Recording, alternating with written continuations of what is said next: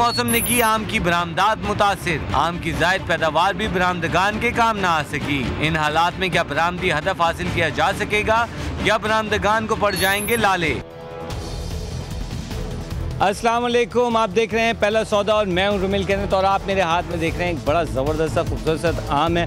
और मौसम अगर इतना खूबसूरत और हसीन हो, क्योंकि कराची में ज़रा हसीन मौसम कम ही होता है, लेकिन जब होता है तो बहुत ही ज़्यादा हसीन होता है। और ऐसे हसीन मौसम में अगर सुबह सुबह आपके हाथ में इतना खूबसूरत इतना बड़ा सा आम दे दिया जाए तो आप सोच सकते हैं क्या हाल होगा। आज का जो हम प्रोग्राम कर रहे हैं वो बेसिकली कर रहे हैं कि जो एक्सपोर्ट और ये जो हमारी पैदावार है ये क्यों मुतासिर हो जाती है, क्यों हम आम की एक्सपोर्ट में हम वो मुकाम हासिल नहीं कर पा रहे जो हमें कर लेना चाहिए। क्योंकि अब तक अगर हम देखें तो पाकिस्तान जो है बरामदात के हवाले से चौथे नंबर पे आता है, लेकिन अभी भी हम बहुत पीछे हैं। हम बहुत कुछ कर सकते हैं और बहुत कुछ करने के लिए हमें क्या कुछ करना चाहिए और क्या मुश्किलात हैं इस वक्त दरपेश इस सेक्टर को, इसके ऊपर भी हम बात करेंगे।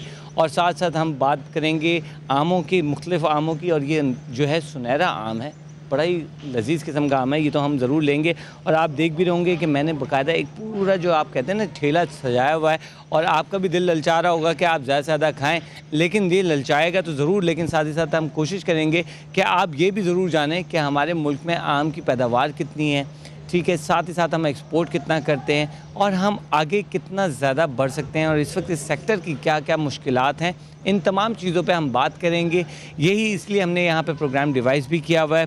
और हम सबसे पहले मेरे ख़्याल में अपने मेहमानों का जो है यहाँ पे तारुफ़ करा दें। वहीद अहमद साहब हैं, साबिक चेयरमैन हैं ये all Pakistan fruit and vegetable exporter association के। और असलम बकाली साहब भी हमें यहाँ ज्वाइन कर चुके हैं जो कि वाइस चेयरमैन इस एसोसिएशन की। आप दोनों हज़रात का बहुत बहुत शुक्रिया जनाब। असलम साहब, सबसे पहले मैं आपसे शुरू करूँगा। मेरे ख़्याल में पहले फ़ेज़ में हम कोशिश करते हैं कि बात करें इन आमों की, तो इन आमों की पैदावार के हवाले से क्या कहेंगे कि हम क्यों इसकी पैदावार उस तरीके से हम नहीं बढ़ा सके जैसी हमें बढ़ा लेनी चाहिए थी। ऐसे सच हमारी जो पैदावार है 1.7 मिलियन टन है। और ऐसा हमारे पास जो वैरायटियाँ लगी हुई हैं वो कोई 200-250 साल पुरानी वैरायटी है। यानी वैरायटियों में भी चेंज लाने की ज़रूरत है, बहुत ज़्यादा ज़रूरत है। इसलिए कि जो अब जो देखी जाती है वो वैरायटियाँ हों जिसकी शेल्फ़ लाइफ बहुत ज़्यादा हो। ठीक है, और इसकी तो ठीक ठाक लाइफ लग रही है, मुझे लग रहा है जितना ये ज़बरदस्त किस्म का आम है। लेकिन ये हमारे पास बहुत थोड़ी क्वांटिटी में होता है। जो बेसिक जो वैरायटीज़ है, सिंदरी उसकी कोई 3 लाख टन है प्रोडक्शन और कोई 12 लाख टन के करीब चौसा है। बट अनफॉर्चुनेटली हमारे पास जो वैरायटी जिसकी शेल्फ लाइफ बहुत ज़्यादा है वो इतनी नहीं है। ठीक है। अब दुनिया में जो है ना रेवोल्यूशंस आ रहे हैं मैंगो में भी, जैसे आपको पता है साउथ अमेरिकन है, उन्होंने अपनी 2 वैरायटियाँ इंट्रोड्यूस की हैं दुनिया में, केंट एंड कीट। वो स्पेशली इसलिए है कि वो उसकी शेल्फ लाइफ बहुत ज़्यादा होती है और मरीन कंटेनर वो 1.5 महीने का सफ़र भी पूरा कर लेती है और ख़राब भी नहीं होती। बट हमारी जो वैरायटियाँ हैं बमुश्किल 14-15 दिन सस्टेन कर सकती हैं, इससे ऊपर नहीं कर सकती। तो ये इसके ऊपर काम करने की ज़रूरत है। अब थोड़ा सा मैं आपकी तरफ आऊँगा वहीद साहब, आप मुझे ये बताएं कि जो आम की पैदावार है अगर हम मवाजना करें पिछले चंद सालों का, तो ज़रा थोड़ा मवाजना करके बताएं कि इसमें हमने पैदावार में कुछ इजाफा हुआ है या कमी हो रही है। मैं थोड़ा आपके चैनल से ये फ़ायदा उठाऊंगा कि ज़रा व्यूअर्स को बताऊं कि आम के बारे में थोड़ा बहुत। हमारी प्रोडक्शन 17 लाख है, जिसके अंदर हमारे जो 35% है सिंध के अंदर है और जो उसके रेस्ट है हमारा पंजाब में। हमारे पास 150 वैरायटी है आम की, जिसके अंदर हम 10 वैरायटी जो है हम एक्सपोर्ट कर रहे हैं, जिसमें सिंदड़ी है, चौंसा, जिसमें चौंसे में भी 3 किस्में हैं। एक मौसमी चौंसा है, एक काला चौंसा है और एक सफ़ेद चौंसा है। सफ़ेद चौंसा हुआ है जो लेट वैरायटी है हमारी। उसके अलावा सुनहरा, बैगन फली, फजरी, सुनहरा, ये जो हम एक्सपोर्ट कर रहे हैं।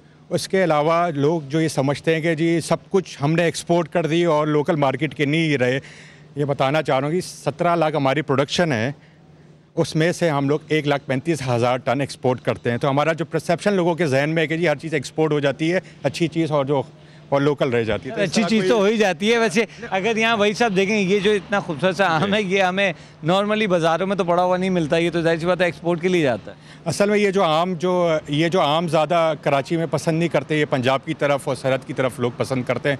हर एक अपना एक टेस्ट प्रोफाइल बनी हुई, तो इसके अंदर ज़रा सा इसकी वजह से आपको कराची में ये नज़र नहीं आता। ऐसी बात नहीं है कि इसकी प्रोडक्शन हमारे पास जो है 20,000 टन है, इतनी तो एक्सपोर्ट भी नहीं होती, इसमें से हमारी 3 से 4,000 टन एक्सपोर्ट होती है। ठीक है। अच्छा, यहाँ पे मैं दोबारा आपकी तरफ आऊँगा। जैसे इन्होंने कहा कि अभी जो है 17 लाख टन जो है यहाँ पे हमारी पैदावार है।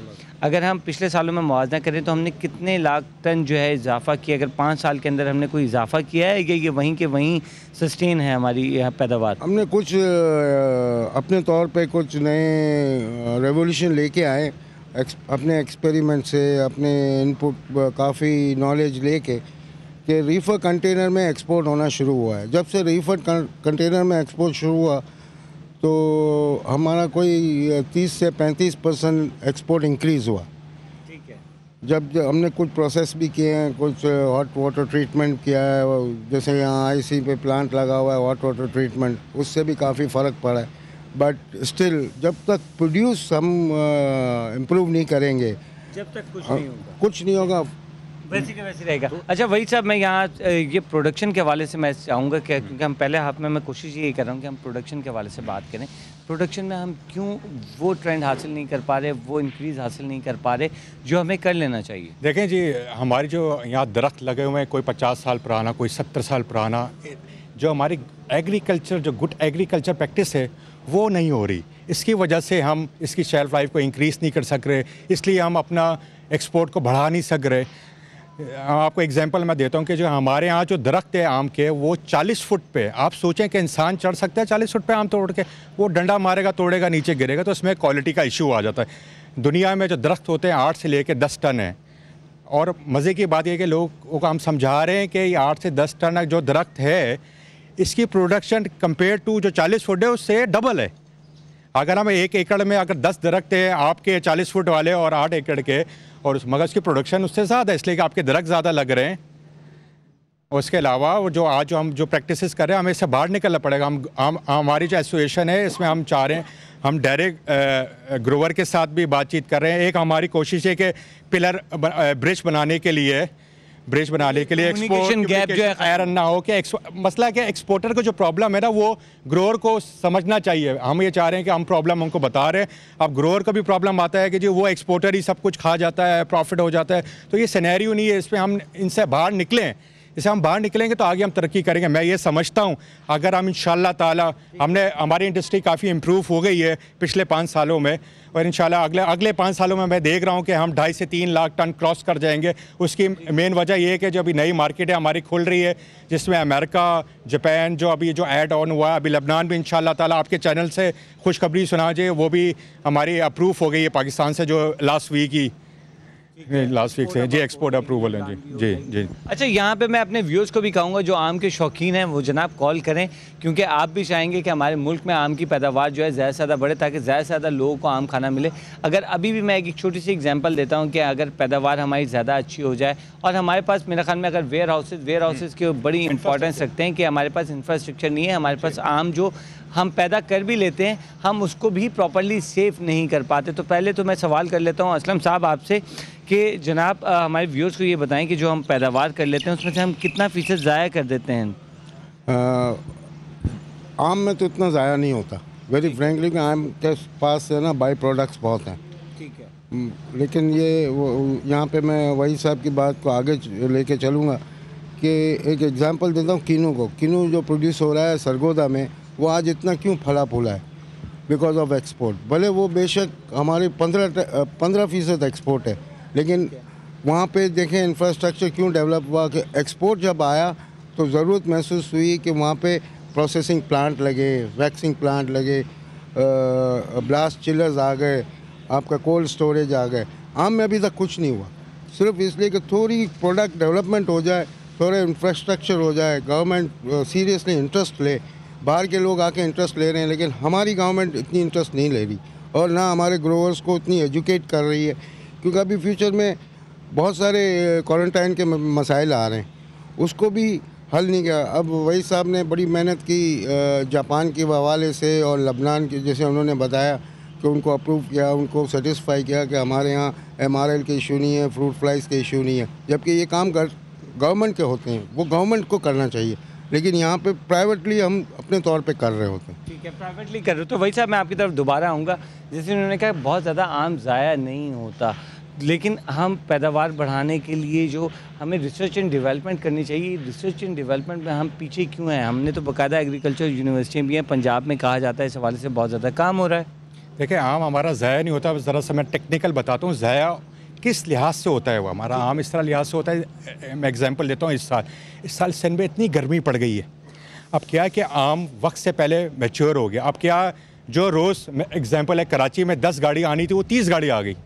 इसमें ज़ाया नहीं हो रहा आम। मक्तक के प्राइस जो 190, जो 350 रुपये की जो प्राइस है मार्केट में, वो 190 पे आ गई, जिसमें आड़ती और एक्सपोर्टर को बहुत शदीद नुकसान हुआ है। आप सोच रहे होंगे कि आड़ती और एक्सपोर्टर को नुकसान है, ग्रोअर किधर गया? हमारे जो पाकिस्तान में 90% ग्रोअर है अपने बाग को सेल कर देते हैं 1 साल पहले। एग्जांपल, आपका 10 किलो या 1 किलो, वो आपकी नसीब है। जी हाँ।